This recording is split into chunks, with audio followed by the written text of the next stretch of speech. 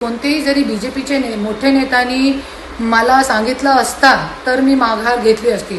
BJP कोई माझी मालिक नाही आहे. तो माझा स्वतःचा पक्ष आहे. ते पक्षाच्या माध्यमातून मी पर्चा टाकला आहे, उमेदवारी टाकली आहे बारामतीमध्ये. रोहित दादा, तुम्ही काल सांगितलं की कोणतेही जरी बीजेपीचे मोठे नेत्यांनी मला सांगितलं असता तर मी माघार घेतली असती.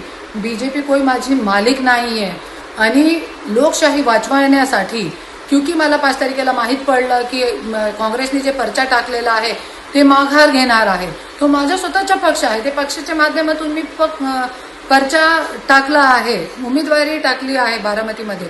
आणि आज न्यायव्यवस्थामध्ये, आज लोकशाही वाचवण्यासाठी मला हे पर्चा टाकणं गरजेचा होता. आणि तुम्ही बघू शकता की आज महाराष्ट्रामध्ये न्यायव्यवस्थेची काय अवस्था आहे. आज तुम्ही बघू शकता की ज्यांची बारामती आहे, ज्यांची पोटनिवडणूक आहे, त्यांची बायको उपमुख्यमंत्री असताना आणि तुम्ही त्यांचे पुतण्या असताना तुम्ही लोक न्याय देऊ शकले नाही त्यांना.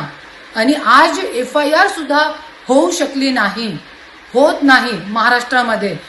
कर्नाटकमध्ये FIR होऊ शकते अजितदादाची, घातपात होता की अपघात होता या गोष्टीसाठी, पण महाराष्ट्रामध्ये उपमुख्यमंत्री त्यांची बायको आहे, तरी पण सुनेत्रा वहिनी आहे, तरी पण आज FIR होऊ शकत नाही. तर हे महाराष्ट्रामध्ये न्यायव्यवस्था कुठे गेलेली आहे आणि त्या न्यायव्यवस्थेचे मान राखण्यासाठी आणि त्या न्यायव्यवस्थामध्ये जाण्यासाठी आणि कुठेतरी माझ्यासारखे लोक जरी गेले न्यायव्यवस्थामध्ये तो कुठेतरी न्यायव्यवस्था वाचू शकते.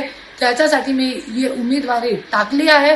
आणि तुम्ही असं म्हणताय की मला एक मतदान भेटू शकत नाही, 0 मतदान मला भेटणार आहे, तर तुमची माहितीसाठी स्वराज्य शक्ती सेनेच्या माध्यमातून बारामतीमध्ये उमेदवार होता नगराध्यक्षासाठी 488 मतदान त्यांना भेटले होते.